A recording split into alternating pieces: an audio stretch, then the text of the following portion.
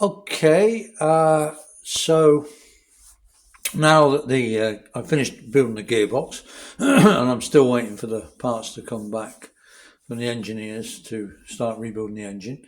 So what we're going to do is we're going to assemble the swinging arm onto, oops, get it up a bit, onto the engine cradle.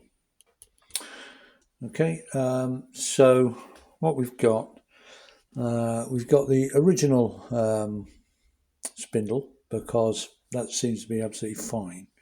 There's no point replacing it.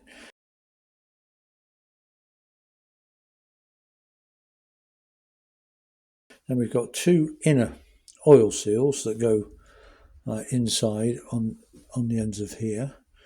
Then we've got two oil seals, or well, they're O-rings rather than oil seals. These two larger O-rings that go around the bushes on the swinging arm. Okay, to try and keep the oil in. And then we've got an end cap either end, which on this model has this rod goes through the middle.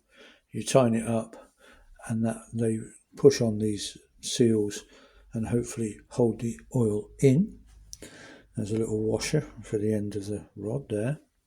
And then on this end we have an oil nipple. I didn't say a grease nipple because it's an oil nipple that we can use to replenish the oil that should be staying in the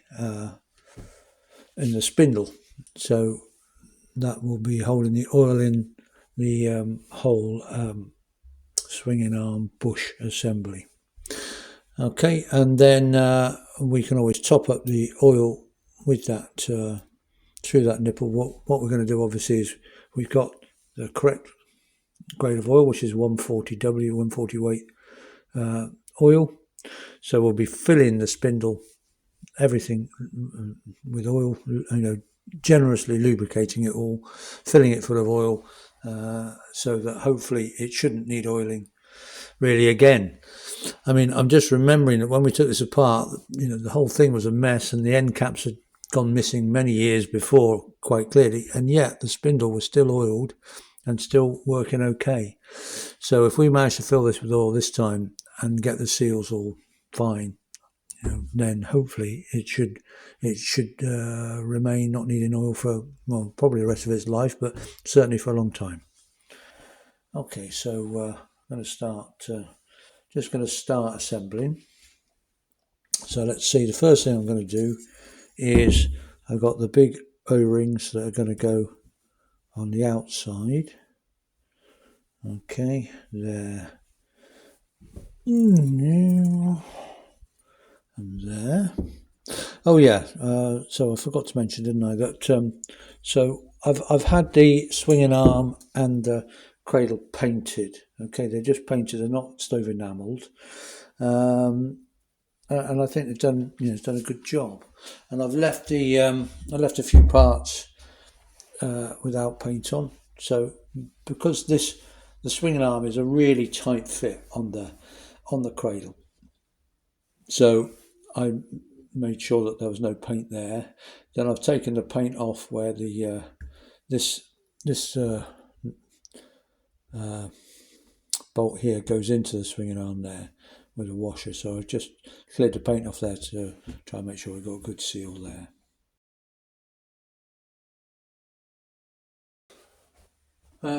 Right, so cradle. Let's have a look. Make sure we got things the right way around. Number one. It's very. I know it sounds silly, but you need to make sure. Right, so that's the engine side, and so therefore we need to make sure the swinging arm. We've got the chain on this side. Okay, look, it's so easy to fit the swinging arm upside down. If you have this round the wrong way, that upside, and then you put the whole thing together and you realise it's all upside down. So I'm going to put that there. Can we see that? I think we can. And then I'm going to try and slide the swinging arm. That's it. Cool. It's very good in the fact it's tight. Nearly there. Oops. Don't fall over.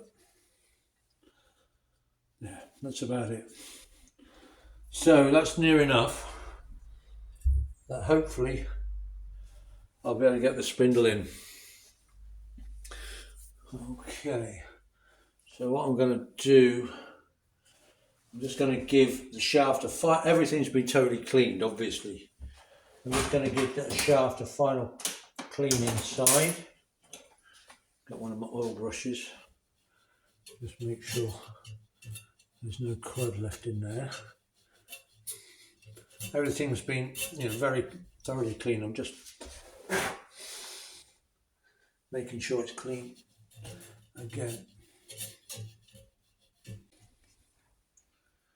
And just going to put a bit of oil on the spindle. Okay, all right, now it doesn't matter which way the spindle goes in. Certainly this one, it's threaded on both ends. So you need it internally threaded so that you can pull it out again. Because what you do is you screw a bolt in and you use that to pull the shaft out. So, but it's threaded at both ends. This end, the thread's a bit better, so I'm going to put that out. Now, here we go. I've got to, because it is lined up, but not perfectly. So, obviously, it's only going to work when it's perfectly lined up. So,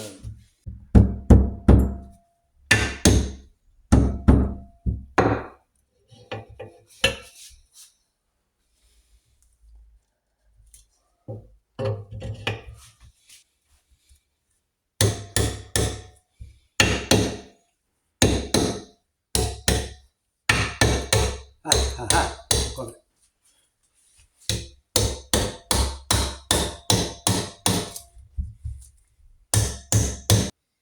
Good. Oh, no, I know what I forgot to do. Damn. Oh, I've made basic error number one.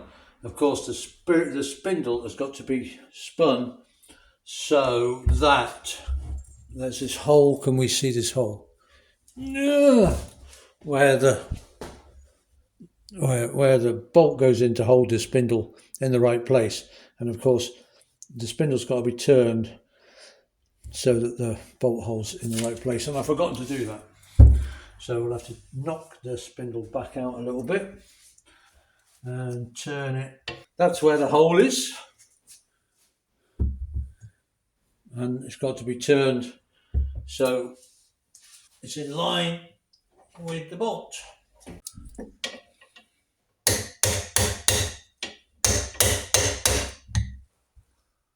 Yeah.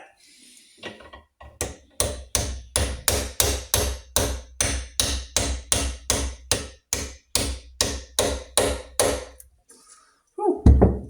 So there we now have the hole in the shaft lined up with the hole in the cradle. So with any luck, I should now be able to insert this nut and bolt and washer here.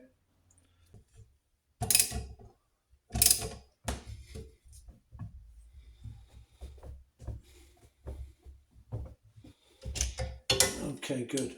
I know we've got a stiff swinging arm at the moment because everything's new and the paint, everything's a bit tight, but no, that's good. That's good. That's nice. Okay, now we put the oil seal in.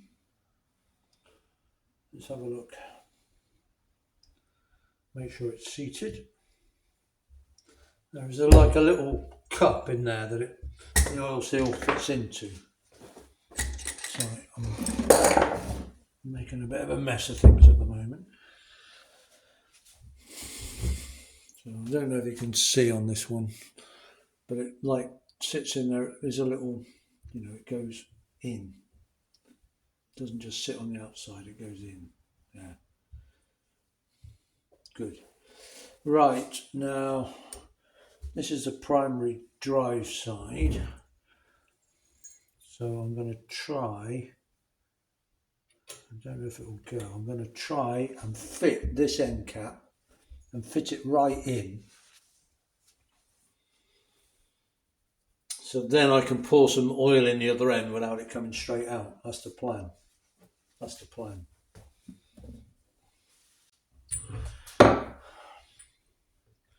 But we know what happened to the best laid plans of mice and men.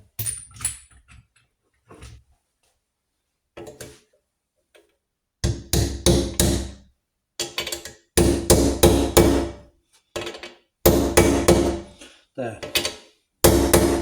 So that end cap is now in.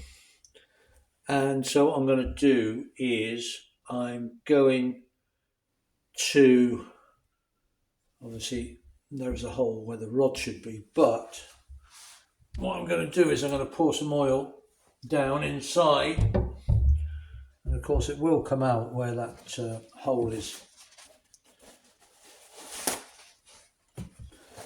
And why am I not pumping oil in is because my grease gun is full of grease, and I don't have a second gun that I can put oil in, which is always a problem for all Norton owners. And so that's why I'm filling it full of oil now.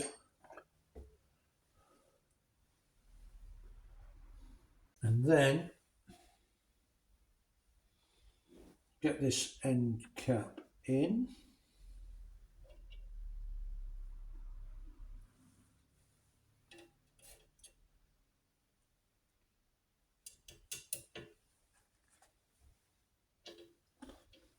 If I can.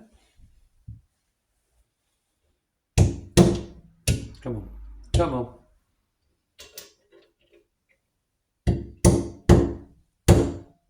Good. Get our rod in, and hopefully it will make.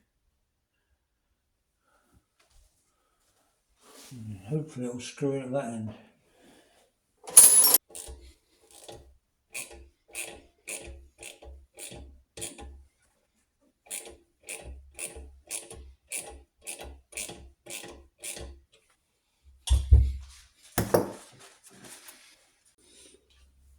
Right, okay, so there, I think we have it. We've got the end plates on.